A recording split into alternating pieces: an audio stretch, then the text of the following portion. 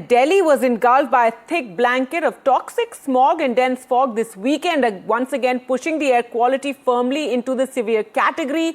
And now a look at the impact this air pollution crisis is having on children of the national capital region. And one can imagine in many other towns as well, where there is a huge air pollution crisis but not talked about as much. So Warrior Moms, a group of concerned mothers in Delhi, undertook a survey to understand the impact of winter air pollution on children's respiratory health. Their findings have been startling, and it should worry all of us. Children are really at the center of this crisis. Nearly 1 in every 3 customers visiting the chemist for respiratory aids is a parent purchasing medication for their child. Nebulizers have become household necessities, very part and parcel of living in the national capital. And this has also become a huge burden for many families who are forced into out-of-pocket expenditure on medical devices and drugs. So a huge crisis, and really children at the heart of it. So let's take you through what the findings of this survey were. So children are at risk is what this survey has found. Of course, this is something that has been known, but it's really been put out starkly with those numbers. 1 of 3 nebulizers purchased is for a child. So children are essentially growing up on nebulization. 49 nebulizers bought for children every single day in the national capital during this, what we call the pollution season, when we have this air crisis, worsening asthma during high smog periods. And of course, now we have, schools also shutting down, and children are constantly wheezing, they're breathless very often. And this is a huge worry for children's health. Child asthma inhaler sales have risen sharply in the winter. So this is one of the findings of this survey done by Warrior Moms. Now, another finding of the survey: rise in respiratory aid demand. Child respiratory medicines have increased 40%. So that is what has been found. And nebulizers have increased 60%, the demand for nebulizers. Well, to talk more about this issue, we can now go across to Bhavreen Kandhari, environmentalist and clean air strategist. Also, Dr. Naresh Trehan, Chairman and MD Medanta Group of Hospitals, and someone who's very often spoken about this. Thank you so much, Dr. Trehan, for joining us. And your reaction to the findings of this survey. We know the impact air pollution is having on children, but just to see how much, nebulization has become part and parcel of growing up in Delhi, how every second child is affected by asthma and wheezing. So, Gargi, first, thank you for having me on the show. This study that you just quoted from the Warrior Moms just underscores the gravity of the situation that we are facing year after year. In fact, there are certain facts which must be known. One, we are in the Indo-Gangetic plain, where there is a tendency for air to stagnate during winter months because there is lack of breeze. Cold brings down the air on the earth, and basically it becomes like a gas chamber. Yes. So there are several things that we talk about. One is the fact that there is PM 2.5, PM10. That is just the particulate matter which actually irritates the lungs, chokes the lungs, and also the fact that there is carbon that is emitted from different sources also gets accumulated in the lungs. So if you look at the lungs of Delhi and the lungs of the people who live in hills like Himachal or Uttarakhand and all, there is a stark difference between pink and black lungs. Second thing is, there is more damage which is invisible. That is the noxious gases that are emitted. So when we know that more than 40% of the gases and PM 2.5 comes out of the exhaust of vehicles, and also they kick up dust, we are unaware of the fact that how much toxic gases come out, which are actually affecting the children as much as the PM 2.5 particulate matter is doing, right, because it is stunting their growth, it is affecting their neurological development, and there are many, many studies to show that this is a very dangerous situation for our people, our children, and our grandchildren. Now, this one universal fact remains, that everybody has children and grandchildren who are living in Delhi, in this gas chamber and the surrounding areas. It's not only Delhi, it's NCR, Yes. Right? Now, there are also very clear-cut remedies that we need to actually put into action. So the other fact I want you to know is that the air quality in Delhi is not that great during the whole year. But we get excited, we get starting expressing concern when we have this crisis, or when it goes up over 400. Today it was over 700. Can you imagine Absolutely. what havoc it is wreaking on the population and the children of the city?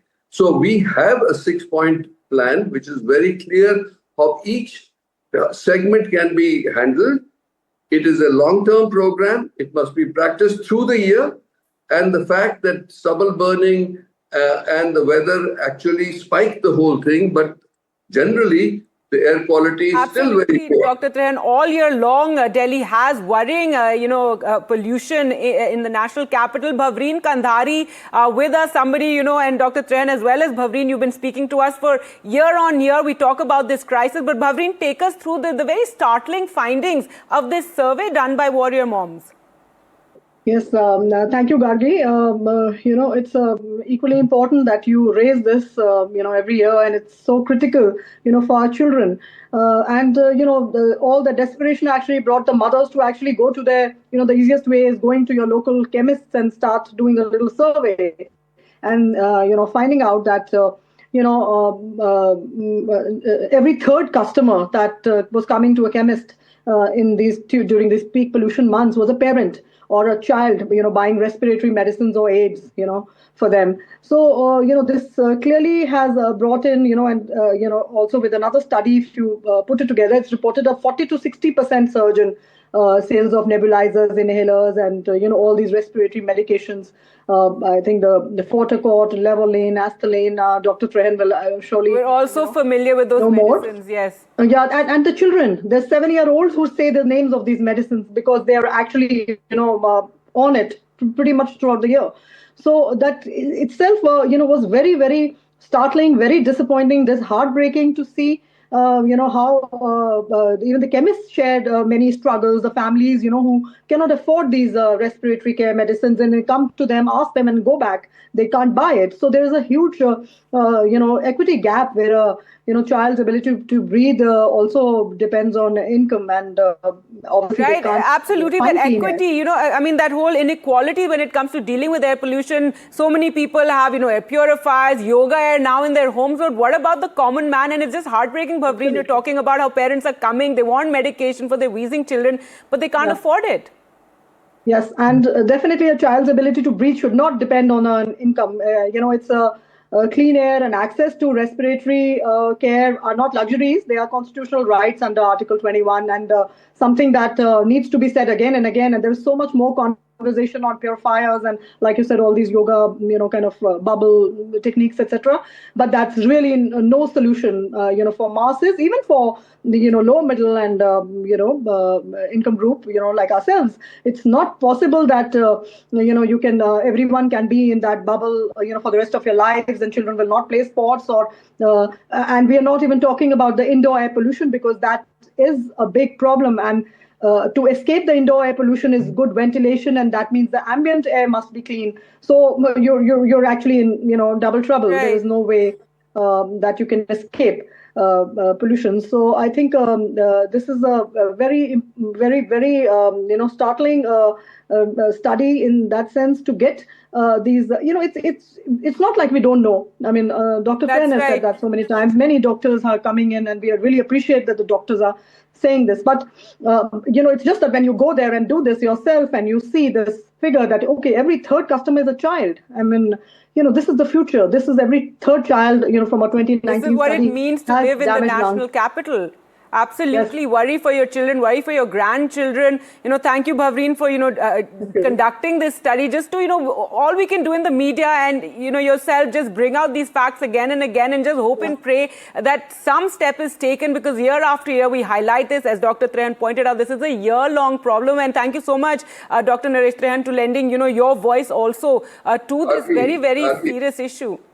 Gargi, yes. Basically, one important point to make is that everybody should be aware throughout the year, and each segment must be understood of what is happening from which segment that is causing this cumulative effect on us, which was underscored by this study, which was so elegantly done by the warrior moms. Now, basically, we need to go one by one segment, that is vehicular traffic, the generation by industry, the additional that is added, that 20% from stubble burning and firecrackers and all that. So your campaign should continue throughout the year. Absolutely, Dr. Trehan, and we will continue. So the public must realize they have to do what they have to do. Media has to realize what they have to do, and the which we have, again and again we point out these steps that need to be taken. See, the whole thing is that the powers that be have to enforce. These are all known solutions, which we'll have to chip away slowly in the next 2 years, 3 years. We can actually make the air absolutely livable and clear so that we can see the stars. Right. So, well, here at NDTV, we've been reporting on this for 15 years, but thank you so much both for joining us on the program.